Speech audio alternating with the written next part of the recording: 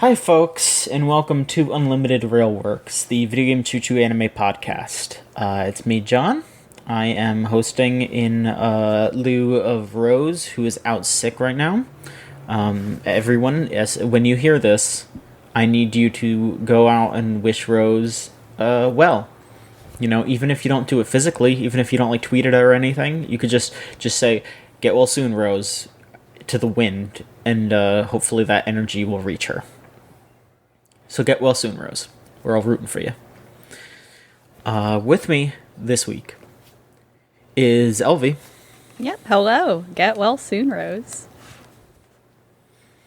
And making it back after a big ol' hiatus, but we are very happy to have you, is Maverick. Maverick, how are you doing? I'm doing all right, but I'm always going to be sending my energy to Rose. I am excited to talk about anime. Even though I did not watch that much anime recently, I just kind of want to hear you all talk about it. It's kind of a weird time right now. There's a lot of shows that are nearing their end, but there's also just as many that are like in the middle of it, and there's some shows that just ended. It's bizarre. Like Elvie, you'll talk about the show in a bit, or you'll talk about a few of these shows. Like Rumakun just like kind of ended when it almost like, you know, normally it's like what, like a core is like 12 episodes or 24 Yeah, like episodes close to or whatever, 20 for it. yeah, it's such a weird, it just seems like it kind of stopped. But then like Magia Record, it's like what, like 8 episodes left? No, it's only 8 episodes for this season. Oh, in total? Yeah, and then it has like its last season confirmed, but I don't know why they did that when the first season was the standard 12 to 13. Doesn't make sense. So weird. Does not make sense. I mean, you know, a lot of this is probably due to COVID problems, but it's still just, it's still kind of bizarre. It's still a little weird. But we're all just kind of all over the place. There's some cool stuff out there.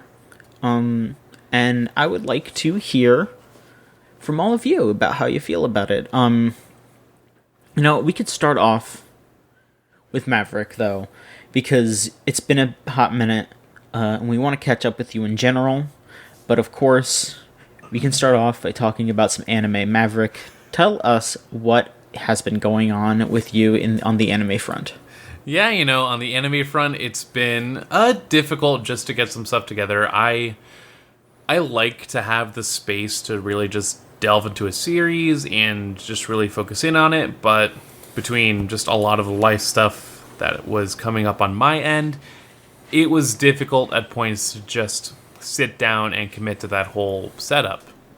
However, I was able to get some like quick hits in. Recently, I've started up on Sunny Boy, and yeah, you know, it's very interesting to see how that's developing. I'm only the first 2 episodes in, so still just getting a feel for what that seems to have in store for me, because God, you know, you forget how quick anime can move in one season when it's just like you leave it for a month and then suddenly, oh my God, there's like 10 more episodes that I have to get through and can choose to completely go through. Same thing similar to that, like Beastars. A while ago, I had started on season 2 since it was finally available on Netflix, and from what I had seen of it, you know, it was really, it's interesting to see them build to something a bit more. So when you actually think about the concept of a Beast Star and whatever the fuck that means in this version of animal prejudice that isn't like racism specifically, but more just like, what is your role in society? It's very funny to see them try and get that set up and try to establish that narrative, but then you know, in the back burner, it's kind of just like, these are high schoolers having to find their place in the world, and what does that exactly mean when it comes to growing up to an extent? And at the very least, I've been interested in what they've been doing with Lugosi, and the fact that, you know, not huge spoiler, and for people that have already seen this season.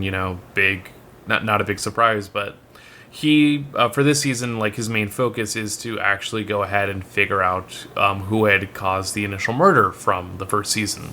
Something that he had like bore witness to and was just around in terms of passing, but now it's kind of just like, oh hey, this will be your moment to prove your worth, or just very like vague protagonist pushing towards the plot. But then alongside that, it's been fun to see him develop. He's still just a very sweet boy, and so anytime that I get to spend with Lugosi, that's just a very fun time for me. And yeah, those are just some of the quick hits of what I've been able to watch. Hopefully this weekend I can catch up on Aquatope. I can catch up on just so many of the things that still are in my back burner. One last thing I did want to catch up on in just this roundup was that I did watch Words Bubble Up Like Soda Pop. I know that Elvie had watched that prior as well, and just really echoing a lot of those sentiments when it comes to being able to just see a rom-com and just have fun with something that's not high stakes. It's very just living in the moment, and for the most part, the characterization really just shines through, and just being very, I don't know, like, at a time where there's so much focus on quote-unquote lore, and just, like, everything's got to have a backstory, everything's got to have a narrative, it's refreshing to be able to have something that's saying, hey, we got, like, 90 minutes, 2 hours, but we're going to focus on the things that matter, but, when it comes to just the small things, we're going to sweat them, because it doesn't matter who lives in the mall, as long as you know that, like, oh yeah, this is a busy mall. People love to come here. Here are the kids' friends. Here are the main driving points. Like, it's always refreshing to me whenever something can say, we're not going to give a fuck about everything, but there's still going to be some window dressing here just to still have fun. And after spending a month, just a lot of, I've been so surrounded by content about people growing up. now that my job is more or less to help people grow up, it's refreshing to have something that is just like so simple in its premise of, kid that doesn't know how to use his words wants to be able to communicate with the person that he likes, and the way that they go about it is cliche at points, but at the same time, like, nothing that, well, I say nothing that would make your eyes roll, but at the same time, the ending is so fucking, like, grandiose, and yeah, it swells in a way that's just like, all right. But also at the same time, it's like no. but at the same time, I'm still just like, all right, I'm not gonna blame you. You're like way more 15. effort than what I've ever done as a teen, preteen, even in terms of advancing at all my romantic interests. So that's props, honestly. I would have done worse. It's like, well, this is better than just like going to a quote unquote fancy date at the Red Lobster. Excuse me, you mean TGI Fridays? Just or Applebee's? Applebee's is in the moment right now. Applebee's is a family experience. That's where you go to have your 2 for $20s and make maybe not a use date of, for the family though. Yeah. That's where you go with everybody that's just like hanging out for the moment. TGI Fridays is where you want to be a little bit fancy, but Red Lobster is when it's serious. Oh yeah. Yeah. But not, like, it was very cute and just a fun way to just like have something in between all of the back and forth on my end. But yeah, those are just some of the quick hits, and by next podcast I'll hopefully be into a groove that I can just get a lot more stuff on my plate and have some things to go through. But there were a few things that I was able to get back into the groove of, but I'll go ahead and touch on those later. Okay. Sure, yeah. All right. Ovi, how about you? Yeah. Let's hear from you. What sort of good old fashioned content have you been getting up to lately? There's a lot of wild ass anime going on. There is, and again, it's pretty chaotic in terms of like some stuff has ended for the season, other things are kind of close, and then other things are still like in a weird midway point. Like they're still like they're not going to end anytime soon. They're going to end like in the middle or a quarter way into the next season, which is the fall 2021 anime season, which is coming real soon, which is probably like after a week from now it's gonna happen technically, with some stuff probably gonna start airing. But I guess to talk about one series that did end for the season is Iruma-kun. Still great. Rose and I love it. Still consistent, I think, in terms of having very wonderful, charming characters. Everyone's great.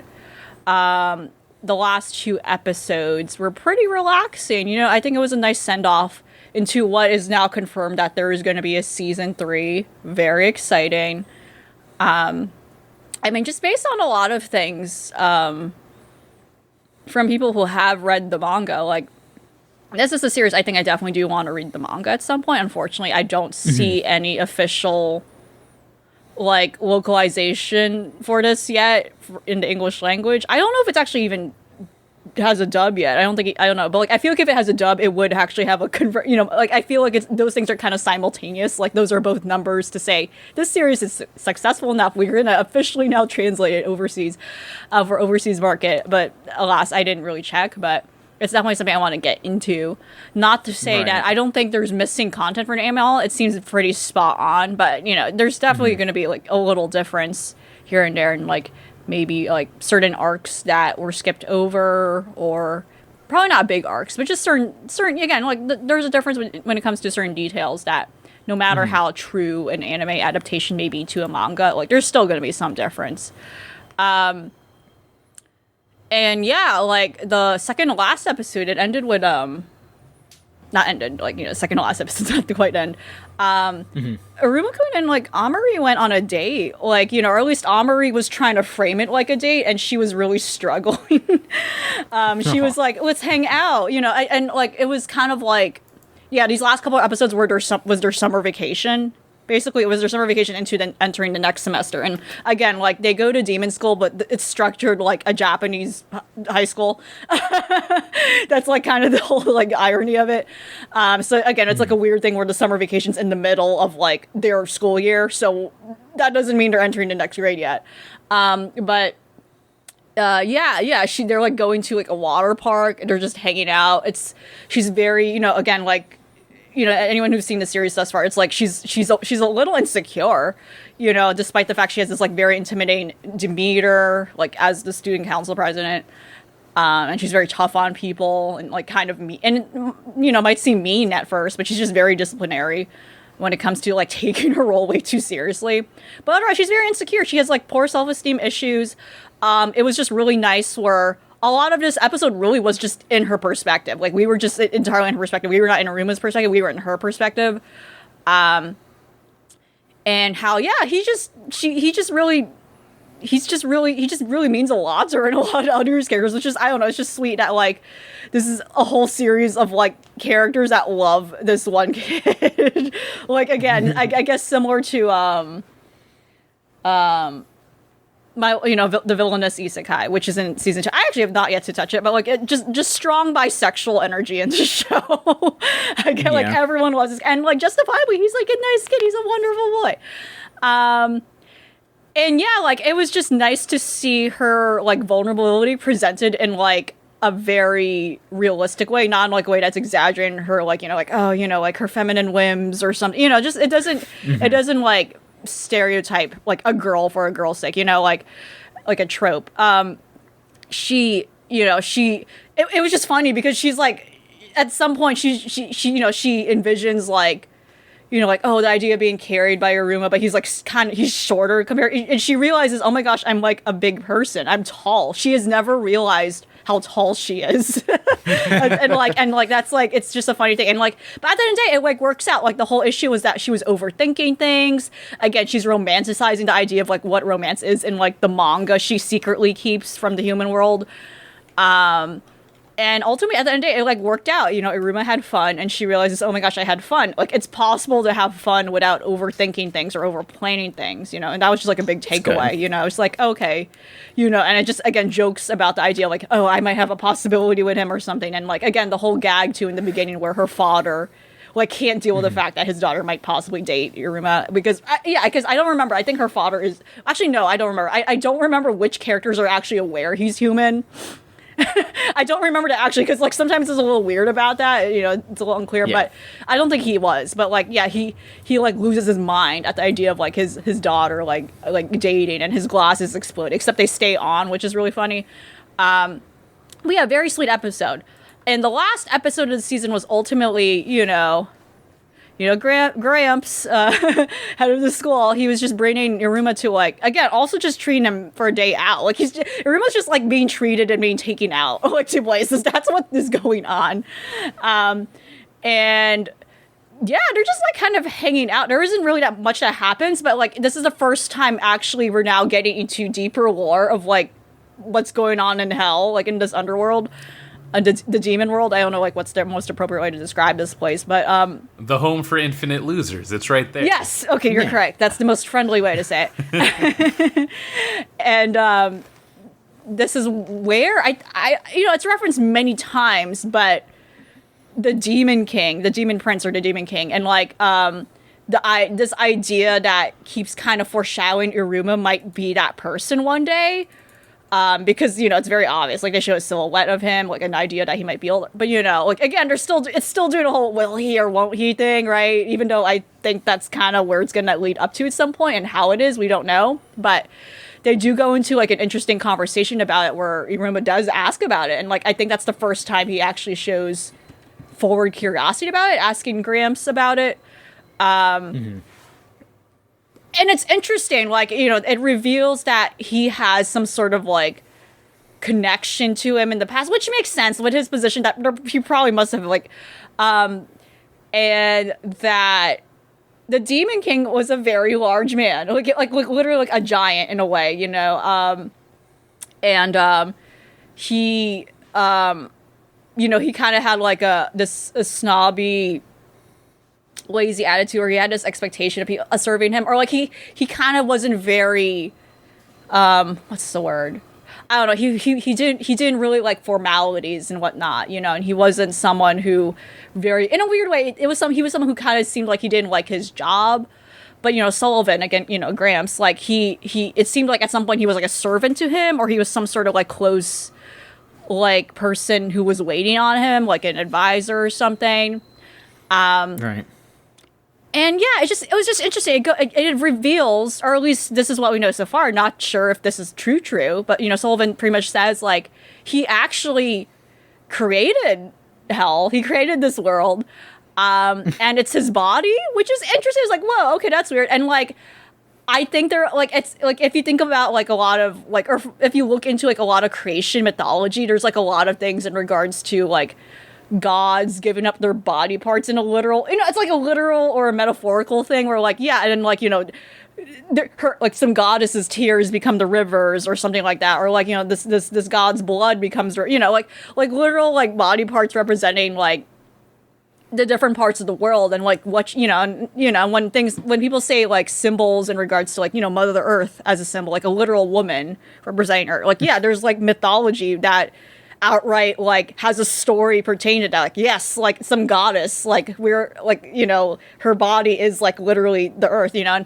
that was kind of cool. I don't know, that was just like a really cool reveal to me. And like, I don't know how deeper they're gonna go into it, but I think that's just a really cool thing that I've not really seen ever explored or discussed a lot in anime like fantasy like this. It's like, oh, that's cool. That's like, it's like trekking upon like a lot of pagan and non-Western religion like belief systems to explain stuff like that, and that's kind of really cool lore.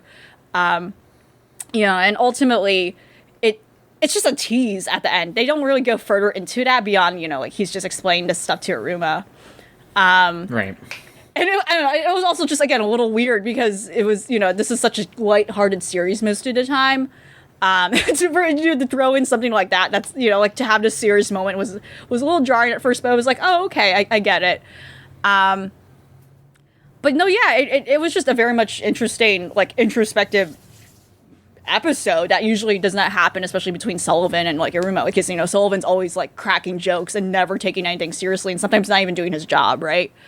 And yeah, ultimately, the closure of the episode is, like, them returning to class after summer break and then being challenged that, hey, all of you have to actually go back up in rank if you actually want to move on to the next grade, which is outright said this is not a normal thing, like, and that's, like, way too much high pressure to do that. Again, if you've been following the series, like, to get a rank up, the demon ranks they have, it's, like, very hard. You have to do certain things, and it's not, like, a straightforward thing where, like, oh, you just have to do a lot of work, etc. Sometimes it takes special circumstances for that to happen. So the whole tease, really, at the end for the next season seems to be, like, like, Rose and I were like, is this, like, a tournament arc? Like, what's going on here? Like, I don't know, but there definitely seems to be, like, definitely higher stakes when it comes to maybe more action stuff in the series, because in the middle of this season, yeah, there was, like, a lot of heavy action stuff where this is the first time we're seeing, like, a lot of characters use their powers that they learned in class, like, in a tangible way compared to the first season where a lot of times they were just kind of bullshitting their way with things. But, yeah, I don't know. Like, I'm just very excited for it. So this is a very good series. So, just very curious, like, what they're going to end up doing. But it definitely feels like it's going to be a little more action heavy at points. Really, I think Iruma's only weakness is that, yeah, at times when we do get, like, these more serious arcs or these weird, like, more jarring serious characters, it does kind of pull you away from how, like, not stressful the rest of the series is. So it's like, and sometimes the way those things end, like, I'm thinking about what was in this past season, which is, like, yeah, the prisoners running the amusement park, and now they run, like, some organization 13. It just kind of ends, and, like, they don't really allude to it again, which I'm, likely that's going to be the problem in season 3. That's what's going to happen for sure. But it just ends, and then it's like, okay, now we have all these nice, lighthearted episodes, like the ones I described to close the season.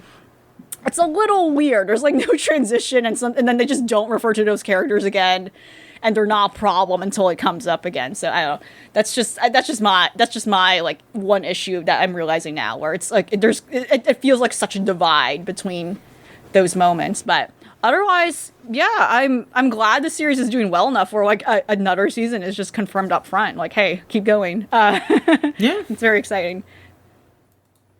It's cool. Yeah, I really need to catch up on Iruma, because I had watched, like, the first few episodes of season 1, but, like, every single time that I hear you and Rose talk about it, it's like, ugh, I know I gotta go and catch up with it. And I'm not gonna... Yeah, it's pretty lengthy. It's pretty lengthy compared to, other ones. But, it's definitely a fun time sink from what I hear and from what I've seen so far. And I'm not gonna lie, as soon as you talked about that creation myth, the immediate thought was, like, the second ending of Inuyasha, where Shomaru is looking at, like, the corpse of his dad. Oh, God. Yeah. Oh, man. Real heads know. Tanami at 5 a.m. heads know.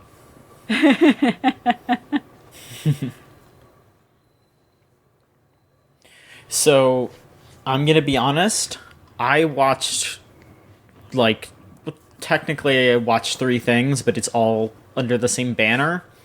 So I'm just gonna pass it between you two for a little bit longer, and then I'll talk about what I watched. All right. So Maverick, if you want to go ahead and take something else, please go ahead and do that. Yeah, I've watched so much anime. I've watched so many different forms of Japanese animation. I watched Ted Lasso.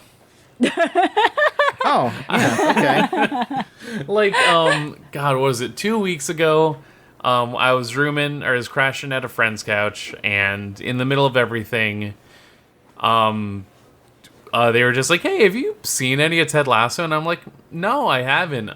Fuck, let me make this my little, thing to work on whenever I'm, like, here for the week. And, I bring it up, if only for the fact that despite all the discourse that I have not paid attention to because I am on my phone less and thus see less Twitter bullshit or It's good. It's smart. Yeah, no, I just have time for my group chat, and that's all that I need. Because why would I spend my time looking at Twitter bullshit? But, you know, it is very interesting to see the way in which it can feel reductive to say, oh, this is just sports anime vibes. But at the same time, I think it's just like when you look at the Western perspective of narrative storytelling and just the way that looks like right now, it is all just stuff that, like, you know, your Better Call Sauls, your Mad Men, your prestige television has more or less just stewed itself in this realm of cynicism and negativity in a way where, like, it just indulging in the gray of everything. And Ted Lasso is one of those shows that, for the most part, does want to provide itself to be more hopeful and optimistic, where at its worst it can feel overtly saccharine and just, like, all over the place. Ultimately, I don't mind, but that's also just because, like, there's been so much shit thrown my way that it's like, oh, yes, I'll take the lightheartedness of this dude from Kansas coming into England and changing everyone's life and whatnot. But you know, the initial complaints that I had heard were focused around the fact that, well, by the end of season 1, so many things get established and the team gets built, and, you know, what's the stakes after that, or what's the dynamic, or what, like, is it stagnating, is it going, and it's just sort of like, you know, if we look at the trajectory of Western concepts of the sports narrative, that usually is, like, kept to a movie length. It's your... it's your Mighty Ducks. It's your... Remember the Titans. They're always, like, some sort of motivational... Yeah. You know, epic thing, right? Like a motivational thing. People that are just, like, at odds ends with one another. You always have the guy that's a troublemaker or a rabble-rouser. Oh, yeah. It's always, like, there's the idealized hero who saves this team in shambles. You know, exactly. There's some sort of saviorism tied to it too. Unfortunately, a lot of these sports movies as well. Like, oh, this school is closed. Arguably, that means Love Live is a sports anime, you know, or a sports movie. The school is closing. We gotta, but yeah, it can definitely be a lot of saviorism. Yeah, but for the most part, like, the only show example I can think of when it comes to this is, like, Friday Night Lights, but even then that's, like, an adaptation of a film, and so you got to make some things that are a little bit different, and, like, that's also still just deeply rooted in the prestige of football and just, like, making sure that, you know, there are so many other problems that come up. With Ted Lasso, like, my immediate frame of comparison honestly is Haikyuu, because of the fact that it's one part fish out of water, you know, Ted being a football coach, American football coach, going to England and getting a feel for soccer, basically, and having to work in that aspect. It very much is a comparison, if I really have to make this thesis, it's like Ted Lasso is the Hinata Shoyo of his show, and it's as much seeing the evolution of just, like, someone understanding another sport and making sure that, like, his position on the team is recognized, as much as it is getting an understanding of someone, and specifically, like, their relationship to everyone else, and being able to just, like, recognize how much something, like, means to them. Because to dip a bit into Haikyuu, like, I had finished the manga in its entirety. I was able to catch up and read those last chapters, and there's something very subtle in the way that it goes from being this series about, you know, fish out of water, kid who wants to like be the best volleyball player ever, who's so inspired and is like trying to understand what goes on. Is part of this ragtag team. Like it very much has the standard trappings of the sports aesthetic, and just like what it is to normally be in that sort of a sports scenario.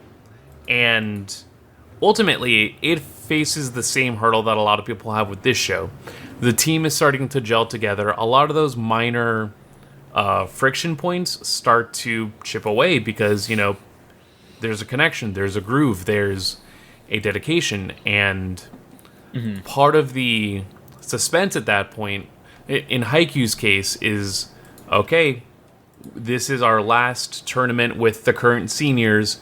Can we keep the momentum up? Can we take it to the finals? Can we keep this team together before the inevitability of life brings us somewhere else? And as well, like alongside that narrative is specifically Hinata's relationship to volleyball and the way that it goes from, this is something I like to do, I like to hit the ball, to I feel like there's something greater for me in this sport, and this is me having a pivotal moment with this thing that I just look at as recreation.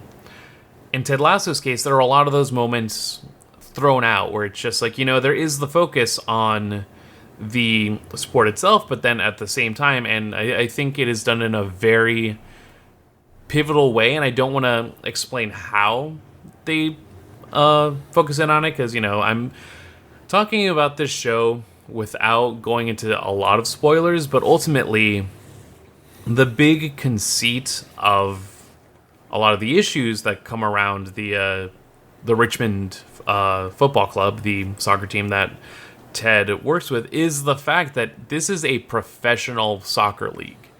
And unlike high school sports, wins and losses matter. Those affect your sponsors. Those affect the way that players get paid. Those ultimately affect who is and isn't on your team. Because it's not a matter of someone graduating. It's a case of being able to say, hey, you're not performing at the rate we want you to. We're going to trade you. We're going to move you somewhere else.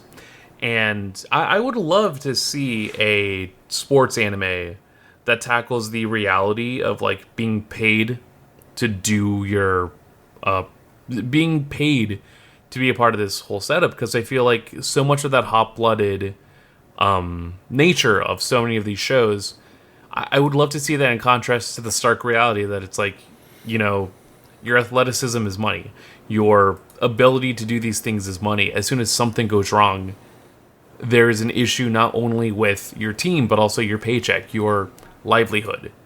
And I would love to see a seinen show try and tackle that. But, you know, ultimately, like, alongside that sense of optimism, there is this gnawing reality. Like, what do you have to give? There's only so much that you can, like, grin and bear and try and, like, smile through the pain of it all and, like, try to find a different sort of, like, mechanism to either cope or recognize the change that has to come. I think Season 2 has been very open about that, and has definitely been an interesting point where just last week, you know, was definitely an episode where people were sort of starting to lose the steam on it. Kind of were just like, oh, I'm back in, like, I'm interested again. And part of it is the fact that there is a bit more focus on just, like, you know, if the problem isn't about the friction between the team, what is the issue? Is it underlying with other people? Is it underlying with the way that Ted himself copes with some of the stressors of being in a lot of these situations, delving a bit deeper into that character and what that character is about? And now, as we look into this character study, are facing the end of that season, and it has been confirmed that there is one more in the works. It's very interesting, for me at least, to see, like, how is that narrative going to end, and what's that ending going to land like.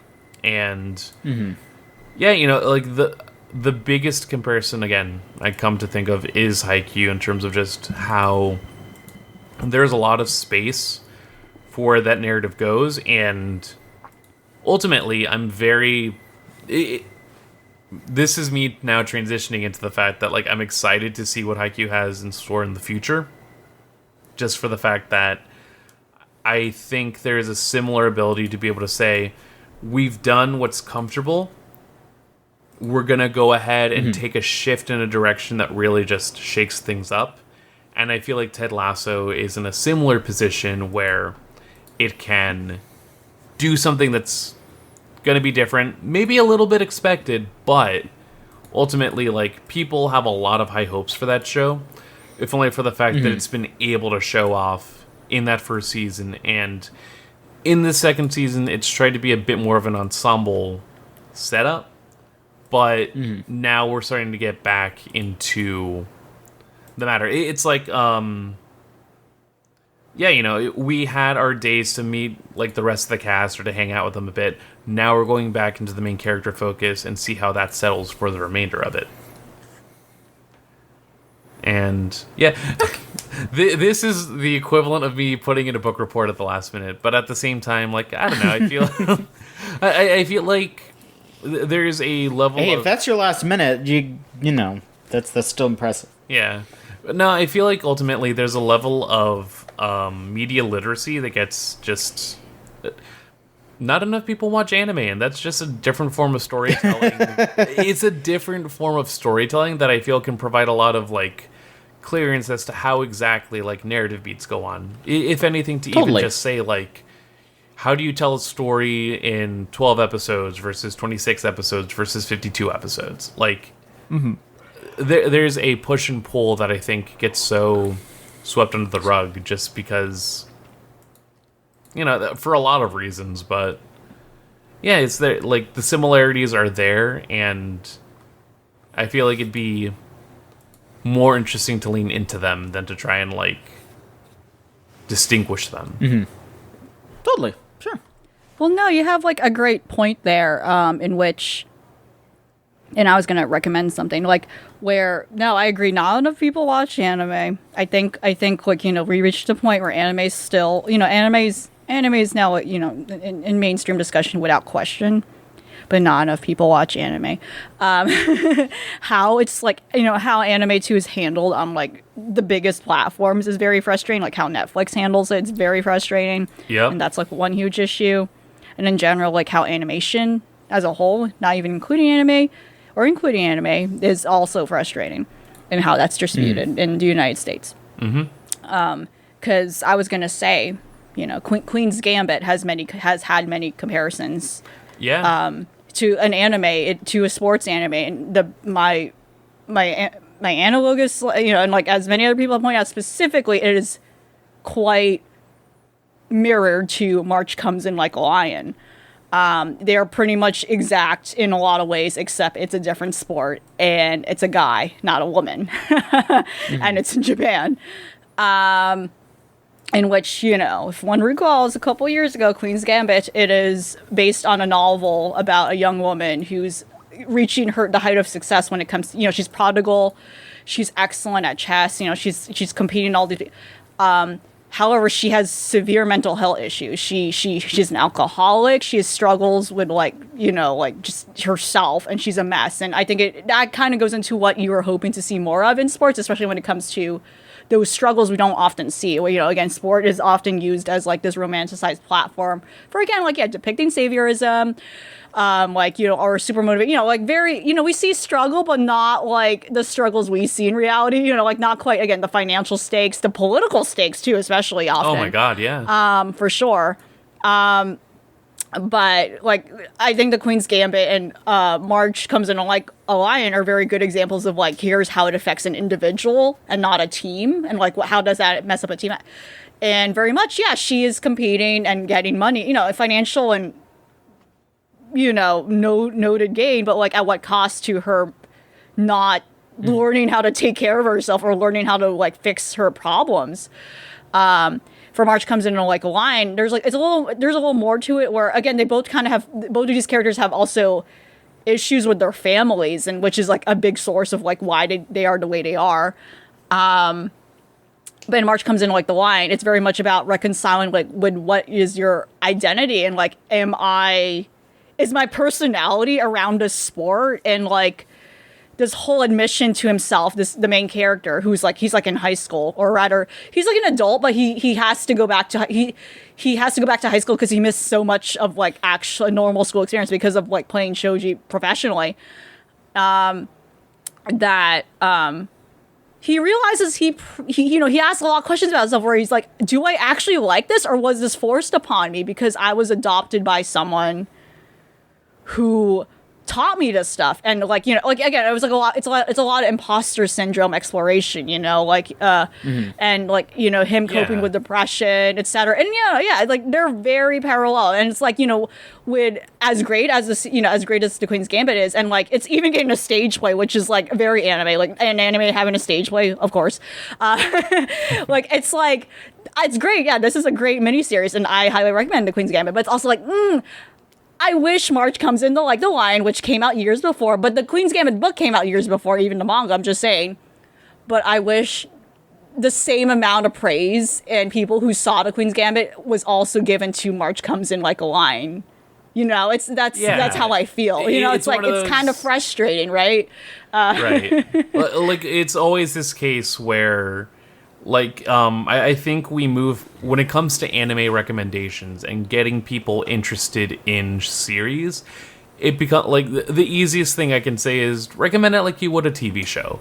If you know someone that's like super into prestige TV and setups, like you can recommend them fucking Ghost in the Shell. Recommend or absolutely. Recommend Standalone Complex. Recommend Psycho-Pass, The Great Pretender. Like there are the analogs there. There's plenty of comedy shit. So many people in like your general circle will be interested in Nichijou because of the fact that it's a right consistency of Twitter bullshit humor that's also just been around for a while. It's a matter of being able to talk about it, less about like, oh, here are the essentials, and more just this is what's viable and this is what you would be interested in. And I don't know, to that extent too, like it becomes very frustrating when there are series that could be potential like tastemakers in that aspect, but then just get bogged down by having to stick to specific standards and scripts. This is me lamenting the fact that I did not finish those Snow White notes.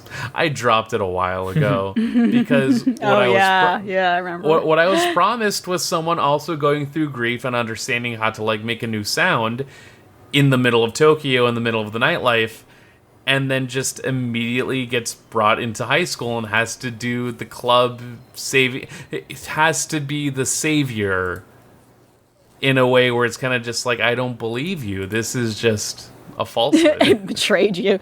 Yeah, it just became generic. It's just like, what? Yeah. Yeah, and, you know, again, like, if anything, to stamp what I'm talking about with Ted, it's a very smart move to say, we're going to take the college football guy and put him into professional big league soccer. That just makes so much of an emphasis of the fact that one of the big, like, stumbling points is, hey, you're not just teaching kids who are getting scammed for their scholarships. These are people that have lives, that have livelihoods, and you got to get your shit together as well. College sports are fucked. College football players should be paid for their work. There you go. Good rundown there. Thank you. Alvi, hit us with give us two.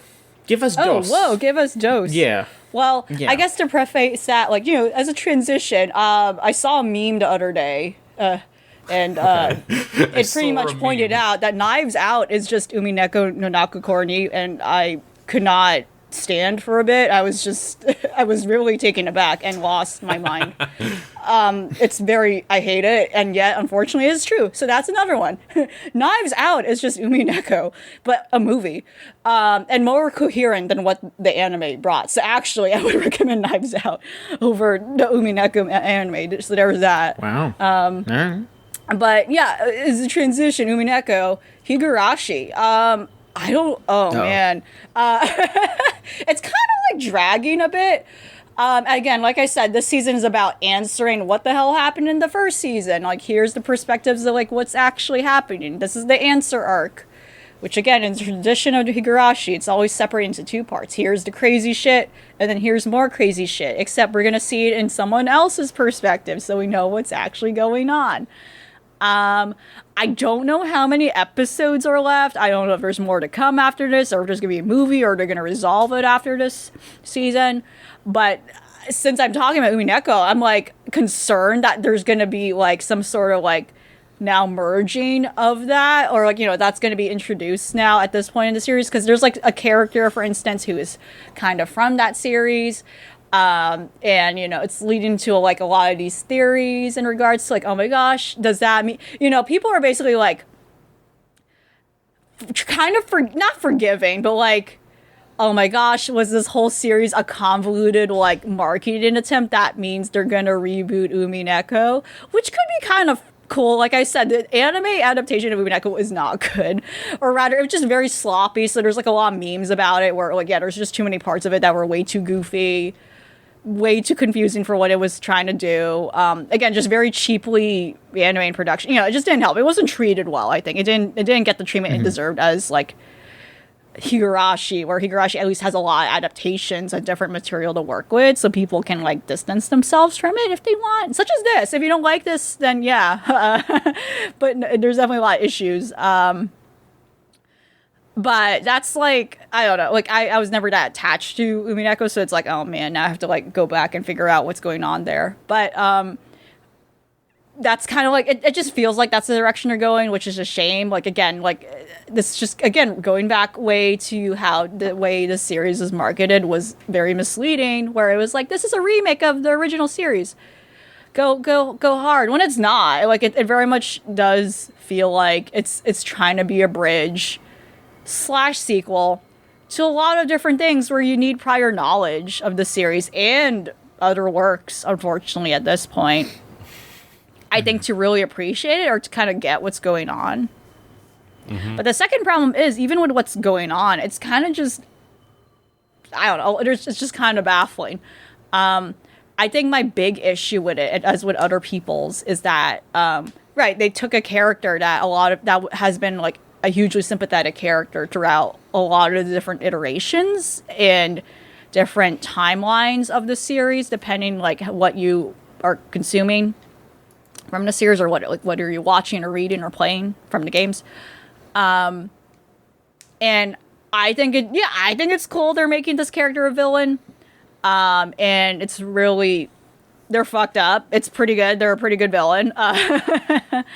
But it's so reliant right now on like, oh yeah, something paranormal is going on. Like, oh, they're not actually evil. You know, like there's the whole concern right now. Like, how are they going to resolve this? Like, is this character going to be made sympathetic at the end? Like, what are they going to do? This character is not redeemable. At the very, you know, a lot of the characters who turn out to be villains in Higurashi, you know, there's always some sort of like justification for what they're doing. Again, not to like be like, oh yeah, they're fucking killing people and they're like doing insane like shit, just you know, of course that's stuff that should not be forgiven. That's just like, you know, but at the very least there's no like substance to why like you're making this kid like crazy and killing everyone. I know, it's just very odd. It's just like, come on. But right now it's just very reliant on like, oh yeah, there's like a supernatural power influencing them, and it's because of like this Umineko thing. That's kind of the problem, right? You know, I like, again, not sure if it's going to actually connect to the Umineko thing, but now it's like, oh, like, you know, what is this? Why is this cross referencing other IP? You know, like I don't want to care about that, or you know, why can't this work as a self-contained thing? Because too, again, like I've said before, Higurashi's has always been goofy shit. It's not it's not the peak of art. It's not like this is excellent art. No, it's not. Honestly, it's not. Like it's just the phenomenon of it is very fascinating. It does really pull you in a cool way. I'm not going to say it's smart. I actually don't think it is. Like, you know, there's like, it's very like, oh, okay, whatever. You're in it for the ride.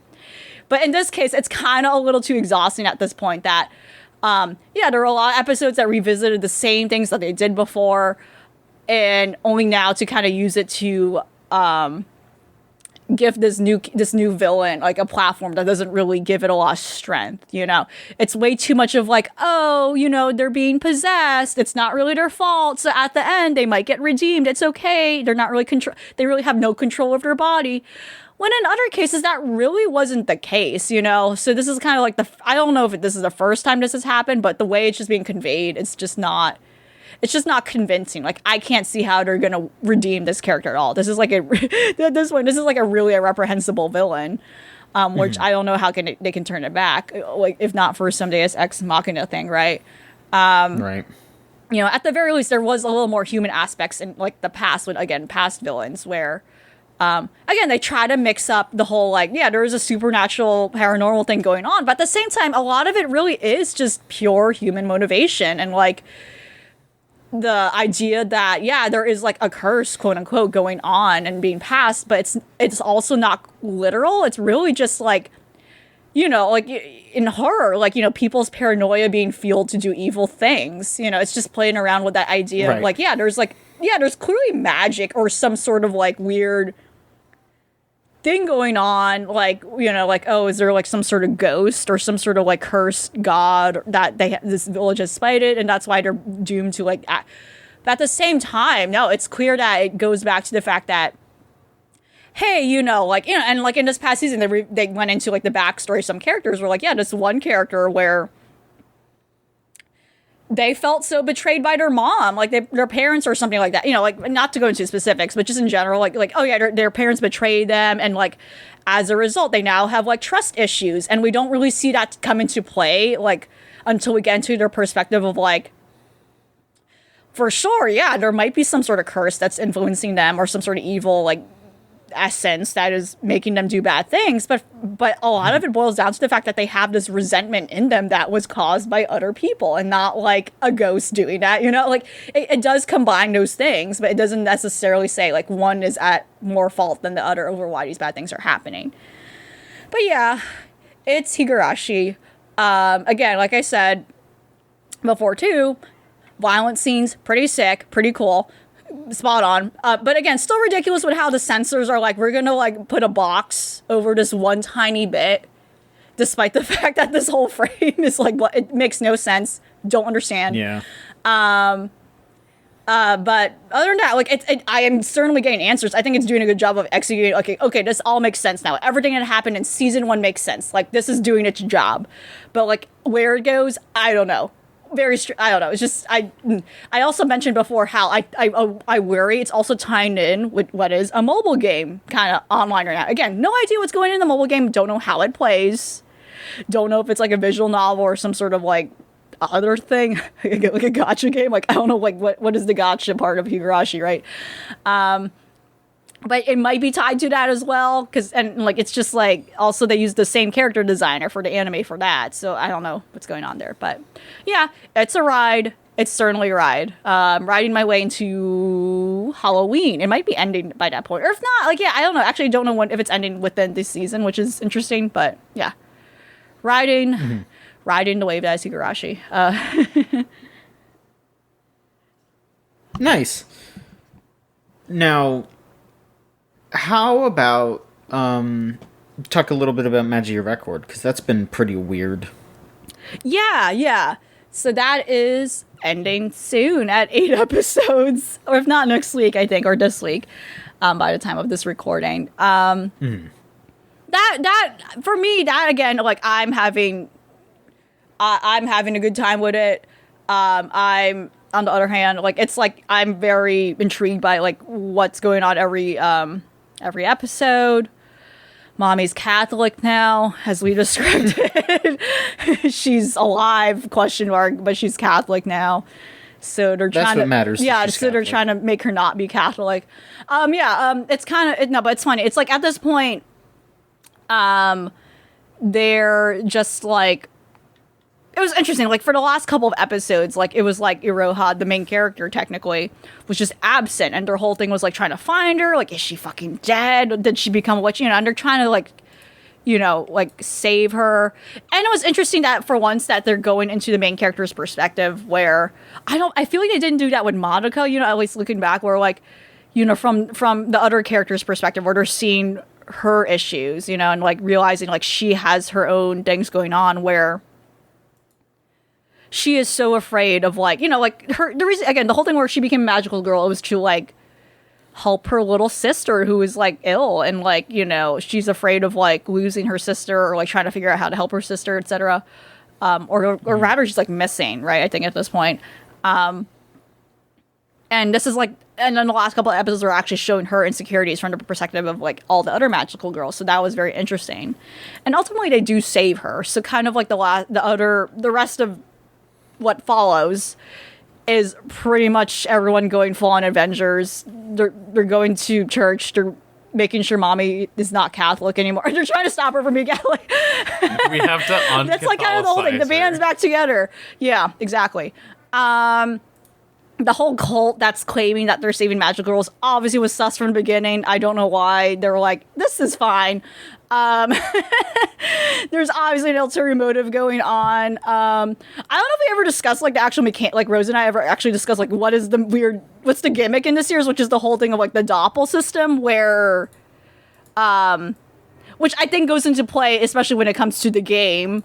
It probably makes way more sense in the game where, a magical girl is able to like if a magical girl is strong enough to control her despair, as they would say it, she can use it as kind of like an ult. But of course, it comes with the consequence of messing up her seed. It's like messing up her soul gem. I don't know why I said say, but like messing up her soul gem, like increasing her potential to become a witch. Essentially, that is what that is. It's just that like which I'm sure makes way more sense in like this being originally a game. Which again, offline in North America, you cannot play it anymore for some reason. But yeah, it's just wrapping up to that. They're trying to stop the Catholics. And Walpurgis Night is coming. She's arriving. She's here. It was just funny because like one of them was like, again, forget their names. That's kind of my main problem though, I think, with the series. They like dropped all these girls at once. Like they just here are all these characters. The rest of the gotchas. Here are all the gotchas, and then we don't really take enough time to just get to know them individually, or rather, just my memories of season 1 is so distant at this point because there was such an awkward gap between 2 and 1 that I just forgot their names. But there's also a lot of them, right? Because there's a lot of them to consider where it's like, okay, here's the protagonist. Here's our technical main protagonist group. The older girls. Then here are the like weird magical like girl cult people. That's a lot. They themselves are like a whole band of characters too that I still don't quite know their names. And then the original girls, the Madoka girls, the babies, they're tagging along too. And for them, like their integration is really cool because they're not like saying their names a lot. I don't know, just something about like that integration with the Maji Record girls is cool because again, it's like a special thing where it's like, okay, if you know, but if you don't, you don't lose anything, right? But yeah, they just dumped here's all the gacha characters. They just opened up the gacha machine and just all the capsules fell out. It's like, here you go. Good luck. But no, yeah, that's just what's going on. It's wrapping up soon. There's just like a lot of stakes happening in regards to like, is it possible to save a magical girl, etc. No, yeah. Oh yeah, I was gonna say there was a crazy there was an insane there was an insane driving chase scene where the storm is coming, like literally while Walpurgis Nacht is coming, like literally it's a storm, an eye of the storm that they show on a map, which is hilarious to me. And they're driving to the church where mommy is Catholic, or the Pope now, who knows? Of course. This is my best way to describe a Shaft anime. The car, I thought they almost fucking die driving. Not Madoka, the older girls. Like one of them, she's driving. Madoka's like in the sea. And the car, like, and then like, Homura does her whole thing where she stops time and then she saves the car from flipping. But it was just really funny, like watching it in that moment it just was a total Fast and Furious scene out of nowhere. Like, I was just like, oh my, like, I don't know, just like, something about, like, them driving in their magical girl outfit was really funny to me. That's kind of the point I was getting, and I can't really convey it in words. And I just was losing my shit at that moment in general. They were storm chasing magical girls. It was just very good. But yeah, so yeah, one more season of this to go. Again, strange point for it to end at 8 episodes. I don't know why. Still, that they just wouldn't smush the two together and say, this is season 2. Like, here you go. It's very odd, but I mean, it sounds like this had a really rough production, because yeah, maybe stuff was cut. Yeah, like, I saw that, like, the first few episodes were fine, but I don't remember what episode it was, but I saw people saying that, like, there was straight up an episode this season that was just unfinished. Like, it was just poorly made. I think I know what you're talking about. Yeah. Like, it was like, I don't remember specifically, but no, I remember. I think I definitely recall seeing something like this where, like, not a lot was happening. It wasn't like, this is not, like, intentional. Like, it just actually looks like that. Yeah.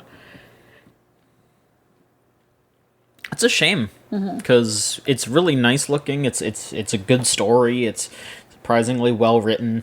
Oh, definitely.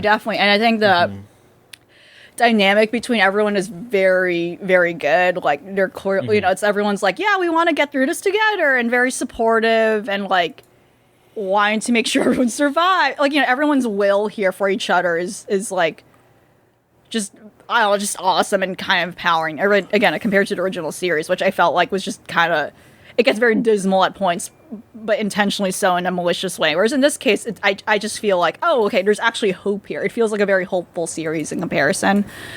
And yeah, QB so far is not at all an important character. It's just she just kind of hangs out, pops in, and everyone's like, what's that? Like, not, I don't know. Like, I don't know what the purpose of the fuck is that thing? The fuck is this? Ma, there's a weird cat out there. Yeah. Again, all the problems at play seems to have been self-imposed by, like, other magical girls right now, and just, like, the weird conflict of interest in regards to, like, what is everyone's place here, and, like, where does their depth to the series? I mean, the city, that they all live in. It's like, what is your obligation to do as in this role, and all those questions, as opposed to, like, forcing some outside force causing all these problems, which I think is, like, a very, a common ethical question too when it comes to, like, if a superhero exists in real life, like, what does that mean, right? Like, what is their capabilities, like, supposed to be limited to, and, like, what does that mean for them as an individual, right? But no, yeah, I can definitely see there's maybe, like, maybe there was, like, a lot of cut content too, which probably explains to some of my issues with, like, sure, I don't know who this character is. Like, if they showed up, Maybe you need to read all the different side manga. Oh god, yeah. And then, yeah, I don't know, like, what is missing from, like, maybe the game experience to that, maybe just different as well. So, maybe. Which I can't play now because it's not playable. You'd be more invested if you were putting in all of your hard-earned dollars. Oh, yeah. Yeah. Maybe if you rolled all these girls, you would care. God, I just remember, like, what was it, like 2014 maybe? Just whenever you would go to the manga aisle at the Barnes & Noble, there would just be, like, 2 whole shelves of not Madoka, but Madoka spin-off manga. Oh, like, it's just like, here's this random girl, here's like Sayaka side, Homura side, like, all that shit, and I was just like, holy fuck. Like, I don't know if any of it's, like, canon, alternate universe stuff. I don't know. Well, it's probably all, like, Star Wars, like, retcon shit now, where it's like, okay, well, now we have Magia Record, so that's actually the new sequel, but, I don't fucking know. It's all very strange, the whole different universes thing, but Magia Record does still seem like a really good continuation of that franchise. Alright, so for me, like I said, I just watched one thing, but stretched out over 3 separate things. because there was a lot of Pokemon content that came out. And I watched all of it. And you watched some of it too, Elvie, so we could talk about that. Yeah, only one of it so far. Yeah. I'm going backwards. Yeah, that's fine. I'll touch on that last so we can both talk about it. But give you a little break there. So I'll start off with the mainline Pokemon anime episodes. So the last 2 episodes, the first one was about Go's sister, who I don't remember her name because I need to look up what it is It's Stop. in English. Good night, everybody.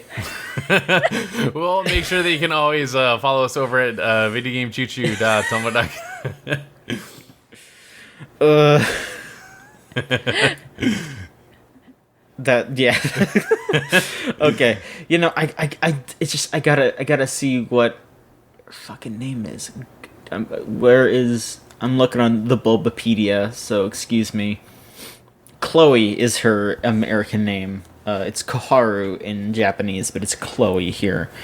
Pokemon Chloe no, to the not his polls. sister. What? That's not his sister. What? They're just friends? Oh. What? That's fucked up. Who's fam? Oh, that's right. He's just like staying at the professor's house. I forgot about that.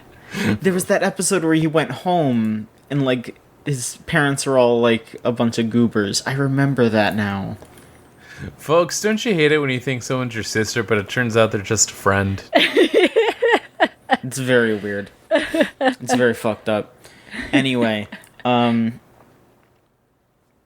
it was a really weird episode where they go to the Johto region to visit the Eclipse Castle, which is an anime exclusive place. This is not from the game, but it's some like Espeon and Umbreon based Japanese castle where this girl named Haruhi is going to be become the new lord of the castle, and she looks exactly like Chloe.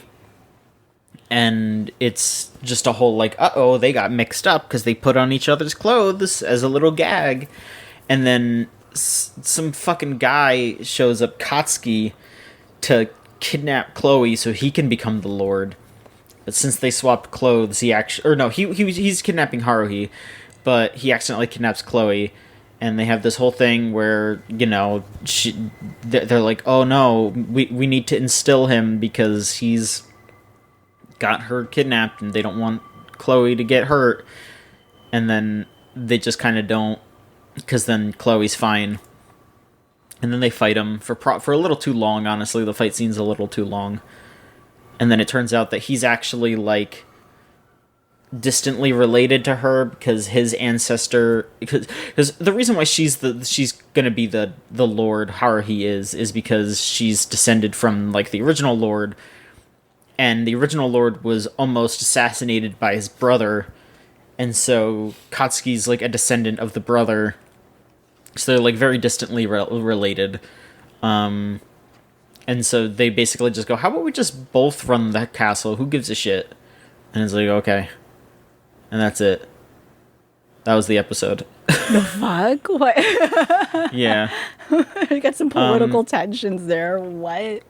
Yeah, it was weird. I am looking at the Bulbapedia page for Eclipse Castle here. And there's just a big list of anime-exclusive locations in Johto, and one of them is Pudgy Pidgey Isle, Oh my gosh. where all the Pidgey are fat. Hell That sounds yeah, a dude. great place. It's great. There's the Lake of Life. Is that like across from the Lake of Rage where like everyone's nice? Oh, that's from the movie. That's where Suicune is. Oh shit. Yeah. The Wobbuffet Village. Oh man. There's all kinds of shit going on in Johto that they just don't let you see in the games, and that's such a shame. There's a Slowpoke Lake? There's the Slowpoke well, but in this there's a completely separate Slowpoke Lake that's like whole up lake. north. That's weird. That's crazy. Anyway, I gotta stop looking at this. And then the next episode was about Go going on another quest for what are they called? The Project Mew missions, because there's that like people who are trying to catch Mew, and Go wants to join their project to study Mew because he loves Mew. And he gets his first trial mission, which is to go and get the golden scales of a what are they called? It's Larvesta, and then its fall form is Volcarona. Volcarona, that's right. So they're like, yeah, you got to go get the golden scales of a Volcarona, and they're like, well, I don't know what they're talking about. You know, Volcarona are red. You know, they got red wings. Don't know what's going on there. But so they travel to where the Volcarona would be, in this like golden cave, and this guy who's there. There's a like a ruin maniac guy basically, and he's just like, bro, there ain't no fucking, or you know, he's not cussing. I apologize. I shouldn't say he's cussing. He could be cussing. He's not cussing though. I promise you. Well, I wish he did. I promise he's not cussing. Well, maybe he could. Maybe he does in private, but in this show he does not. But he's just like, listen, maybe there was a Volcarona here, but it's not here anymore. You should go check. There is a like a town that had to get evacuated because of a volcano eruption. So go check out the town and maybe see if there's somewhere that a Volcarona could go live. So they check the town. It's like an old mining town. And then they go into the mine, and they're like traveling and shit, and they catch some Pokemon down there. They run into a guy, and he's like, oh man, I'm getting chased around by this Pharaoh Seed, which is like a very strong steel-type Pokemon, one of the cooler ones. They fight it, and then they go deeper into the mine, and then he's like, haha, I tricked you, I'm actually a Pokemon hunter. And then he uses like a fucking web attack to get them all stuck to the wall. And he's like, I'm gonna steal all the Larvesta eggs. I'm gonna run off with them, and I'm also gonna catch these Larvesta in here because they're, you know, rare Pokemon. And I was just kind of sitting there thinking, like I had one of those like, are we the baddies moments? Because I was just like, I'm going out there catching shit. What am I doing that's different from this guy? Like, I mean, he's like flipping the Pokemon, he's catching them to sell. But what's so different between that and me going out there and catching shit from the wild? You know? Like, is it just because he's a little mean about it? I don't know. It's kind of odd. I guess you're not supposed to like grab their eggs, even though, you know, there's people like what's the fucking, where's the line? Because like I'm you know, I'm hatching eggs all the time. Oh, I'm yeah. like what is the distinction? That is my question here. But anyway, yeah, they you know, do the whole thing. They fight the guy. They end up, you know, scaring him away. And then a shiny Larvesta walks out.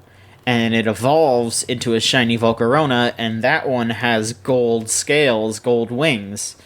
So that's how he passes his test. He gets the gold scales off of the shiny, which I was just sitting there like, damn, they really sent this kid to go find a fucking shiny on his first mission. Like, come on. Fucked up. Yeah. It's very, it seems like a bit much. It seems like a bit much, but yeah, then they actually fight the Pokemon Hunters again, but they get some backup from some of the other Project Mew people, and they're like, oh, don't worry, Go, you passed, you perform your mission by yourself, even if, you know, we had to help you fight these guys because they're all bastards, but whatever, it's fine. And then that's it. That was Pokemon the show. I'm seeing let me see what's coming up here. The next episode seems to be about some dudes who are pissed off at each other. Love it. That's a lot of Pokemon episodes. Yeah, two guys who are mad at each other, and then the episode after that seems to be about Leon cooking. It looks like a cooking competition, so that seems pretty good. I'm really liking the further in I go. They seem to just like have like magazine screenshots and shit. Like Bulbapedia is so like up to date. They're like, don't worry, everyone. We got you. We got you. We got this like really blurry image of Ash and Lucario standing next to each other, and This it's is like, don't real. worry. Episode 83. It's crazy. So then there is the new Pokemon series, Pokemon Evolutions, where they have released the first episode. The next episode is going to be out in like a few weeks. The first episode is called The Champion. And it is about... It's basically just a well-animated... showcase of the ending of the ending of Sword and Shield, where Leon is trying to fight and capture Eternatus, and he can't do it. But then Hop and the main character, the boy main character, Victor, show up and actually pull it off. And so it's basically just Leon like second guessing himself and being like, "Am I going to be able to beat this kid and stay the champion?" And of course, you know that he loses because you're the main character and you beat him. But it's really, really pretty. It's amazingly animated. If you're in any way a Pokemon nerd or even just an animation nerd, I would say check it out just to see how pretty it looks. I think it's definitely way better looking than pretty much any of those other Pokemon OVA things that they've been doing, like Origins or Generations or Twilight Wings. I think it looks better than all of those. Like Twilight Wings still had some really actually, I'll take that back. Twilight Wings might be a bit better animated, but definitely better than Generations and Origins. Because Generations is just like quick little shots, and Origins was just like, hey, let's do Red and Blue again. So that's something. The next episode, I guess, is going to be like Lily and dealing with her mom and all that shit, and they're gonna make it real. It's not gonna be that half-assed one they did. It's gonna be real drama. So that's gonna be crazy. On a very special episode of Pokemon Journeys. Yeah, for real. I don't know. Yeah, I want to see where they take all these. It seems like they'll have these all out by the end of the year. Because it says there's 8 episodes and it'll be up through the 23rd of December. Seem to be doing about one every 2 weeks about. I don't know. We'll see. But seems neat. I'm looking forward to more. Yeah, I'm glad that they're finally taking like a more refreshing approach to compared to what the main series, what Ash does, and it's always been a intentional deviation from the game's experiences. You had your moment or question oh my gosh, they depicted this thing I do normally in the games. Am I a bad person? This which is just exactly. It's a weird thing to think about. But then here's actually now other iterations of Pokemon, stuff like Twilight Wings and Generations, and all those other they're at least trying, I think, to finally branch out and okay, here are actually takes on Pokemon that these people who have grown up with really want. They have matured since and want something different. They're probably not gonna they're aging up while Ash is not. So it's right. Again, it's still weird. Yeah, it's still weird to me that they're sticking with that character for so long when at this point he doesn't have any personal attachment to maybe the kid audience that now watches this. So it's again weird that they're not retiring that character. But yeah, I think it's a good thing, and like in a way, I just like want more of it. Yeah, I just want more than a miniseries. I would like to see a full-on movie. I would like to see a series as big as like what the main series is. And it doesn't have to be, but like more than just like shorts or like right. Yeah, it's just like the Pokemon anime has become such an institution that I don't know if they'll ever be able to kind of let go of it, but stuff like Twilight Wings, stuff like Evolutions and Generations and all that, it's all good. And then I would probably say the best Pokemon animation series that I guess just ended, even though I'm not 100% sure if they're going to be, they might announce more stuff later on, because initially this would, I think had only planned to do 3 of them, but then they did another 3, so that they might end up doing more. But they released the last Poketoon, which I talked about a little bit previously. But they rounded it all off with the I Turned Into a Gengar short, which was really, really good. And also, just to say, LV, I don't know if you've checked out the other ones. Not the yet. other No, not yet. This is the first one I highly recommend. Obviously, everyone, people love Gengar, people love ghost type Pokemon. I'm not gonna say, there's a reason why a lot of people jumped on this one, because people love Gengar. Yeah, gotta love Gengar. Gotta love Gengar.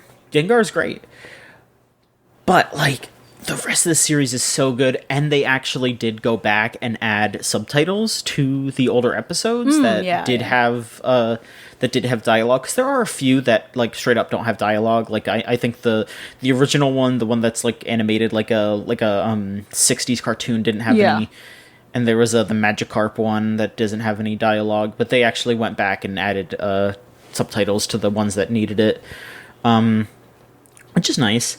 But yeah, the Gengar short, it's so good. It's so much fun. So sweet, and yeah, it's well written, just everything about it is so good. LV, please go ahead and talk about it as well. Oh, no, yeah. So this is my first of watching, the whole Poketoon series, which again is a little, it's a whole collection of shorts they've been doing where they get a different team of animators and different art styles to hey, take on this idea, or maybe even pitch an idea. I don't know how the whole process works, but the whole point is they all each look different and are approached by a different team of people compared to the usual players who are involved with the production of Pokemon and any of the mainline series and spin-offs. This is actually a chance for other animators and artists to do their own takes on Pokemon, and a lot of them really revolving around original characters in the Pokemon world. Say in this case, this is involving a group of just random human children, and they're in school, they're talking about some haunted staircase at the school at night, and if you step on it, something bad will happen. And kind of, and they're all the character designs, and it's just a short, yet they put a lot of effort into making a very design diverse group of kids, which is fun. They're all very stylistically different. There's an art style, yet all the kids look very different from each other, and I think that's awesome. They really went out of their way to be cartoony and fun with it. The main kid that they're focusing on, she's this kind of shy, withdrawn girl. She's in this group, and she gets pulled in on this otherwise rambunctious group is let's check out the creepy shit. Again, classic things where kids breaking into stuff and wanting to go in a haunted thing, and and just they just shouldn't be there or whatever. They want to see the steps. They want to try the steps and see what happens. She unfortunately gets taken in by it, and then she doesn't know she doesn't intentionally do so. We see she has a cute little Gengar charm on her phone, a keychain, and it seems maybe a Gengar probably pushed her into doing it. Unsure, unclear, implied. And yeah, she unfortunately gets dragged into this thing she didn't want to do, right? And the whole way through she's uncomfortable, and then she's pushed into the front too of like going on these steps, and one way or another she's like she probably triggered some weird haunting where like a bunch of this gross purple slime tentacle thing. Haunted slime, sure. Let's call it that. It basically changes everything. Like it chases them down, chases these kids down. But then she ends up waking up. And she ends up getting engulfed by it. And then she wakes up. She's a Gengar now. It's doing the whole thing where like they have to be like, we're keeping her clothes on because she's a girl, which is like, okay, whatever. It was very much like the moment that happened was like, okay. But otherwise, she looks very cute. She's a very cute Gengar. So if you see pictures of that out of context, it's from this short. Yeah, and the whole thing through is like, she figures out like, oh, okay, there's a group of ghost Pokemon just messing around the school, and that's what's actually going on. There's nothing ulterior, and they just love pranking. And she doesn't like it. She's like, why am I doing this? I want to go back with my human friends, etc. And yeah, that's just the whole night, spent like hanging around and shenanigans, and whenever she tries to reach to the human kids again, she just accidentally scares them. They don't understand her. They just see like a freaky ghost doing weird things. Like, at some point she like hops on a piano by accident, and they see nothing. They just see a piano playing on its own. They don't see the ghost Pokemon. And yeah, there's this whole weird thing where like, oh my god, like at some point the sun is about to rise. And they're gonna get trapped. They're gonna get fucking trapped. The ghost dimension. The ghost dimension, yeah. and all the ghosts like get out, but then all the kids are about to be left, and so she's got to help her friends get out before they're all trapped. It's really good. I think everyone should go check it out. If you're gonna watch any of these Pokétunes, this is the one to check out. But again, I would recommend to watch all of them. Like it'll probably take you like 45 minutes to watch all of them. Yeah, they're like like less than. They're about 10 or even less than that long each. But yeah, it was a very cute, very sweet short with, just a very heartwarming message at the end. It was like, oh, okay. About like helping your friends out and like, I guess learning how to overcome like being judged by your friends too. I think that's kind of what it was the takeaway. She was clearly apprehensive about doing things. And yeah, very, very sweet short. And yeah, definitely looking forward to seeing the other ones. Because I've been meaning to, but like, yeah, like you said, some of them weren't even subtitled yet until like now. So yeah, just a good place to now start going backwards with it. Yeah, it's absolutely adorable. It's really well done. Yeah, I'm very glad that they are experimenting with what Pokemon can do, what animators can do with Pokemon. I hope that they just keep letting folks use Pokemon to do what they want, because yeah, that whole world is so like there's like an infinite amount of things you can do. You can follow the games, you can make up your own things, there's so many individual Pokemon that you could just be like, yeah, I want to make it about this Pokemon. I want to make it about this character who likes this Pokemon. I want to make it about this character who interacts with this Pokemon. There's so many things you can do, and I'd love to see people be experimental with it. Because you could just tell that all these people love Pokemon to death. Yeah, for sure. And you know what? I do too. So I will keep watching it. I'll keep complaining about listen. I'll complain about the mainline series less if you keep making hurting good side it. Honestly, it's not hurting it.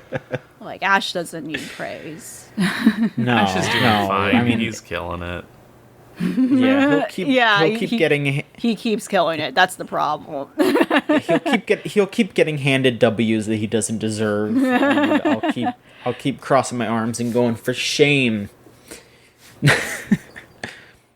I hear you, but I will say, fuck Tobias.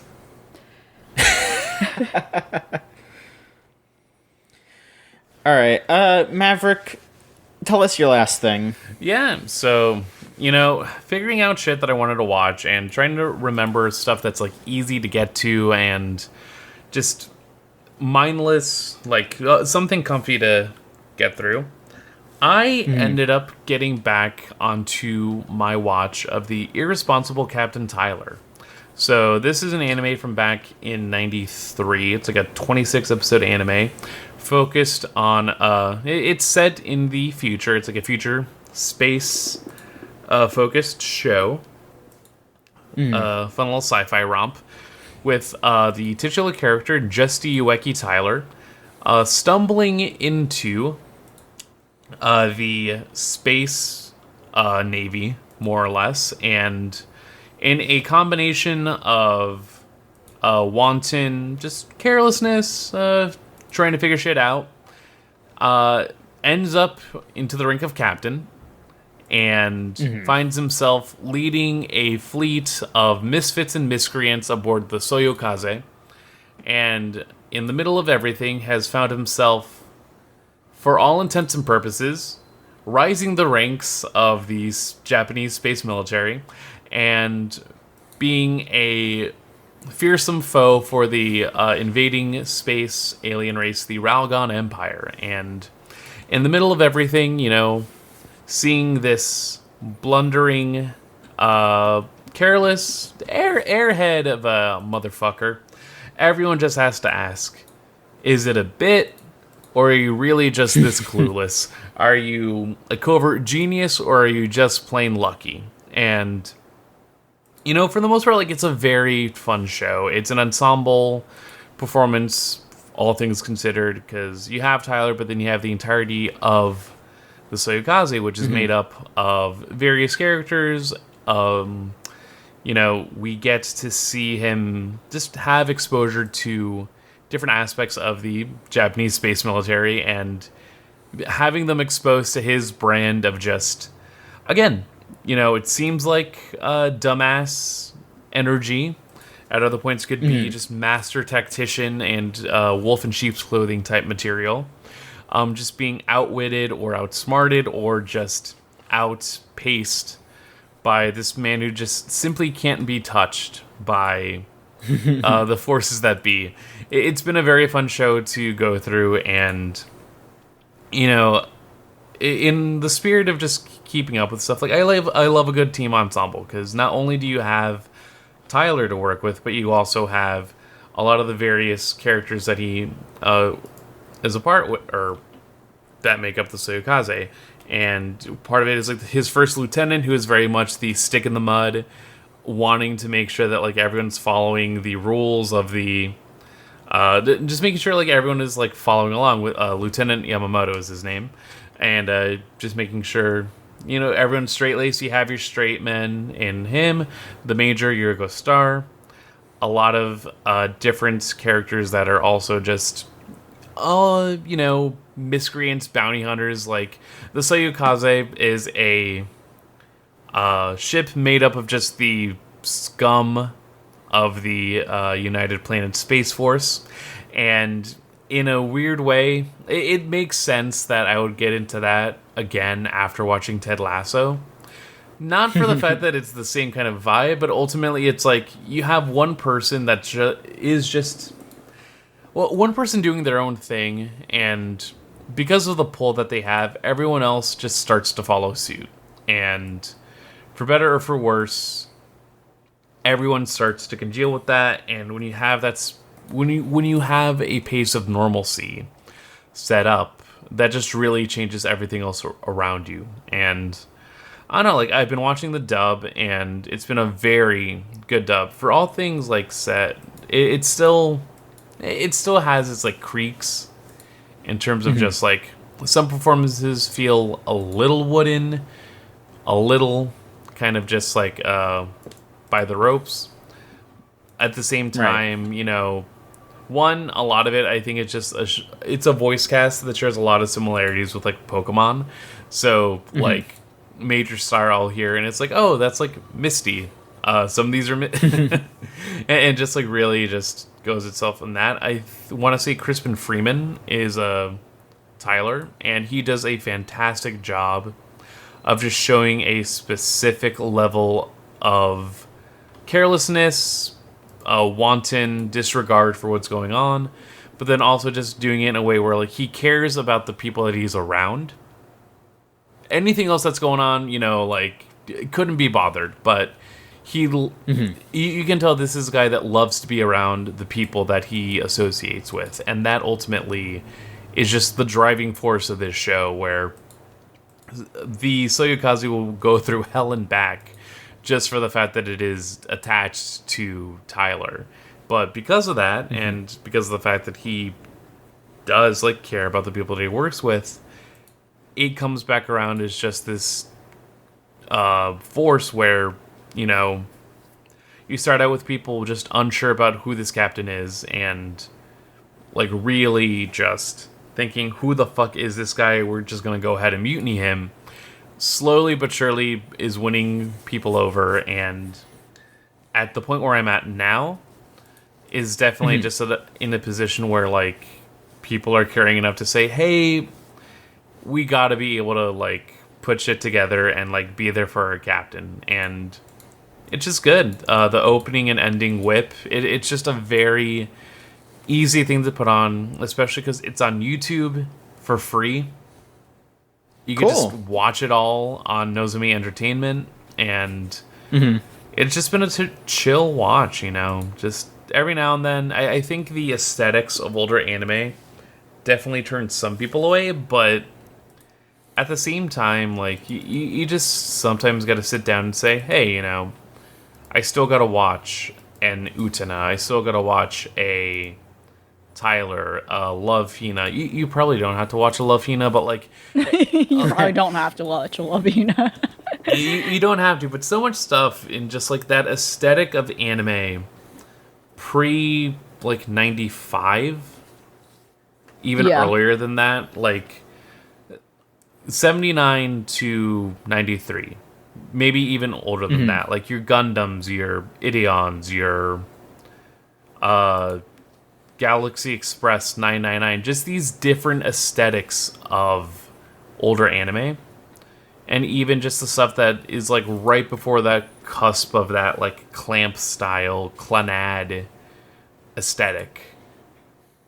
The easiest way I could like pigeonhole all that is like the how to draw manga style, but in like sifting through all that, you do get some gems, and I'm really glad that I was able to like tune into this one, and coming back to it, it's just like, yeah, you know, I haven't been like paying full attention to it, but I can at least put it on in the background and just have enough awareness where I can go, man, like this is a good performance. This is just fun to hear the characters like interact with one another and just have a good time. Right. You know, there's also, if you do want to go full hog, they do have those really nice Blu-ray sets for Tyler. They do have the Blu-rays. You know, at some point, I'll probably dig into it. I definitely need to figure out what my spacing looks like for my physical media again, because, you know, Right Stuff and Sentai definitely do just deliver with so much of that physical. They really do. I got my box set for my love story through them, and it's solid. All right, Elvie. Yep. Close us out. Oh, yeah. It's time, and Jaehi, the magical girl, has returned. The magical girl that destroyed hell has returned. And she is haunting Jaehi and, like, ruining her life. No, okay, so this entire... So, my best way to describe... Jaehi, right? Or Jahi. I think it's Jahi. Yeah, I think it's more correct. It's Jahi. Yeah. It's literally a show about, like, these women who keep getting owned. I'm realizing now, like, they all keep, like, except like, the bar owner. She's fine. She's just existing as, like, a MILF character or whatever. She's just vibing. She's just being nice. She's just chilling. She's just chilling. MILF energies. Yeah. But no, yeah, right. Yeah, Jahi's still struggling. She still has to deal with being a kid. Always looking like a kid because, right, her magic energy is very little in this Earth world, in this human world. She's still trying to find, like, mana gems to, like, increase her power and return hell back to its glory and rule it. Unfortunately for her, they finally introduced... They actually introduced another character from Hell as well, who it's my Discord avatar, and a Sarua or Salva. I actually don't know what is the correct spelling of her name, because, you know, you would see it romanized as Sarua. So some people are interpreting it as like, oh, it's Salwa. You see other name, you know, you see fan translations put a V in there, like Sarva. Like I don't know what's going on. Anyway, love her outfit. She's wonderful. She gets owned a lot. Her role is that she's jealous of Jahi, and then like again it's a whole thing where like, okay, coincidences leading to one thing and another, where they're somehow all finding each other in Japan. Like I don't understand. They're just like all landed in Japan in the same town. What a coinky dink. Yeah. Her whole backstory with Jahi is that she was just she was not a direct underling, unlike Druge, who, you know, the irony is that now she's super successful in the human world, because, you know, and she doesn't understand that Jahi's like weak and vulnerable right now, and doesn't want to. This character is like someone who's always been kind of jealous of that, and like she never was really anyone significant, so she just sees it like, oh, now's my chance to take advantage of this kid, and like, yeah, but otherwise she still keeps getting on. At some point, a dog chases her. It's really good. But yeah, she looks cool. The whole thing is like, she looks cool, but she's really uncool. But yeah, they unfortunately don't spend a lot of time on her. I wish they did, because they spend so much time on Druge and setting that joke up and that bit over like, oh yeah, she's like clueless that Jahi's like lying to her about like her, you know, like her not having powers, and she is not intentionally a kid. She can't do anything about it. Yeah. And then meanwhile, Druge is like, I don't know, like a CEO now of some company, and she's doing fine, living in a condo. But meanwhile, Jahi keeps starving every day because she doesn't have money. But no, now they like they reintroduced the magical girl that destroyed hell to begin with, and it's just really funny, because my best description of it's like, she's like a dog that doesn't understand how big she is, like a big dog. Like I think of the big dog in the bathtub picture, just like, and taking up space, and like you know, the whole thing is like, she's really powerful. She's like horrifically powerful, you know, just to contrast like the whole thing with Maji Record, which is funny. We got some recurring themes here. We got Iruma and Hell. Maji Record, Magical Girls. You know, now I got both of these in Jai. Yeah, she's just an insanely overpowered magical girl for some reason. And like, again, the whole joke is that she is not like, you know, she's not like the whole, like, again, archetype of what a magical girl is. So, you know, she's dainty, and like the way she attacks is with grace. Like, no, it's very explosive. It's very intense. She outright is just like terrifying, you know, when she does something. She's bizarrely strong. You know, and it's like Jahi's worst nightmare. And the whole first bit when we see her, it's that like she, you know, she just, you know, Jahi's like throwing stuff at her. Again, Jahi's like a child in a child body right now. She's throwing stuff at her, and like the magical girl just like bops stuff out of the way, like no problem. She's like, oh, what the hell is going, you know? And she's just asking her stern, like, oh, give me that monogem, and she doesn't. And the only reason she finally goes away is that she's getting dragged away by cops or something, because the landlady's like, what the fuck is this stranger doing in your room? Again, the whole thing is like, you know, like, you know, so it's like utter out, yeah, like this, yeah, totally normal. Again, the whole bit too, where like they're just accepting that Jahi said like, yeah, I'm a demon, and they're like, cool, okay, whatever. She turns into a kid sometimes and an adult sometimes. That's fine. And yeah, it's just so funny. It's just I'm glad that like, yeah, they're finally introducing these other things. Yeah, and at some point like she runs into her again, where I think the whole thing was like, she sees a girl with a monogem on her. She's like, oh yeah, finally, like a normal person I can just like take advantage of. Like, you know, what's up? And it turns out like, no, that's like the magical girl's like civilian persona. She's like a schoolgirl, of course. So like, no, yeah. And so that's the whole thing where it's building up to like, you know, like what's going to happen there. But no, it's great. She's like an unhinged character. She's like, you know, and in some ways she is very much aware of like the destruction she can cause. Like, it's just something she I don't know, she like is trying to be evil, but she's not really. So it's like, who are you supposed to root for when it's like not really anyone? They're all kind of foolish and like and it's just, yeah, it continues to be really funny to me. Like, it's just really funny show. Yeah, and then like otherwise nothing awful is going on. It's just like good like hijinks when it comes to like, again, it's a series about characters getting owned. Really, that is what it is. It's just fun series. And the artist, she did work for a VTuber or something. That's what I know, or something. Mm-hmm. I think it's like it's a group of VTubers singing the ending song, which I've only discovered recently. So there's that. Yeah. If I have to remember off the top of my head, I think it is Nene, Subaru, and Aqua that sing the ending. I wouldn't know. It's okay. No, this is the hole that I've created for myself. This is the hole that I live in. Stay away, LV. Stay far away. No, I am. I'm staying very far away. I'm just looking on through the gate. I say judgingly. hell, but God, I need to watch more streams. I really haven't, but it's fine. I don't watch their streams. I'm just cognizant of them. I feel like I'm like maybe like 2 steps under where LV is. I'm not, I'm like she's outside the gate just like peering in, like what the fuck are they doing? I'm like hanging out like on the fence, like looking in and just being like, all right, sure, glad y'all are having fun. You get depressed long enough during the pandemic, you see a dog go eekum bokum and you're hooked. That's That's the spiral. That is how it goes. They call it a rabbit hole for a reason.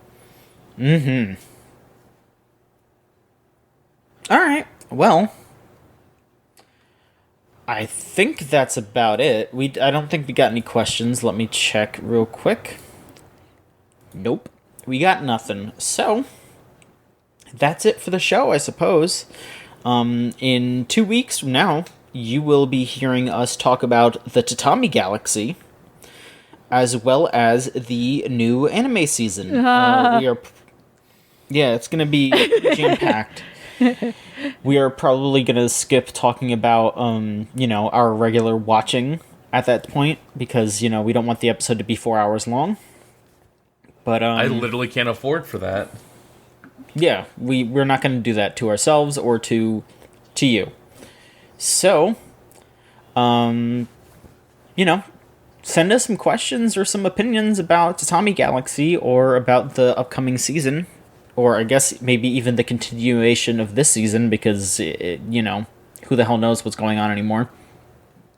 You can send that to videogamechoochoo.tumblr.com/ask, and we'll be sure to look at those. And of course, thank you so much for listening. If you want to help us out, you can go to videogamechoochoo.com and look at all of the writing and podcasts and everything else that we do. Follow us on Twitter at VGChooChoo. At our Tumblr, videogamechoochoo.tumblr.com. And of course, there's plenty more, but you usually hear it on the main podcast. So I'll just say, if you want to hear episodes like this a week early, you can go to patreon.com/VGCC, and it is just $3 a month to gain access to that. So it's $1.50 an episode. Plus, you might get some extra bonus content too, like, write-ups when those happen, etc., etc. It's stuff happens. Things will happen, and you'll get extra bonus content, and that's nice. Of course, you can just wait a week, and it'll be free. So don't worry about it. LV, Maverick, thank you so much for being on. How about you all drop where we can find you, LV, if you want? Yep, I'm on Twitter at LVMAEPARIAN, LVMAEPARIAN at Twitter. That's where I am. Lovely. Maverick, how about you? I'm on Twitter over at MavSplaniamania. That's at MavSplaniamania. Is that the character limit for Twitter names? I have no idea. It's probably longer than that. It is long. I'm still trying to figure out a handle that's more cognizant. I did that at the time to just have something that wasn't like my email. Mm-hmm. So, still figuring it out. Mm-hmm. And I'm JOHN_MICHONSKI. It's just my name with an underscore because I got banned before. Powerful. It's great. Yeah. And, of course, we'll be back in 2 weeks with another episode of Unlimited Railworks. Thank you for listening. So long.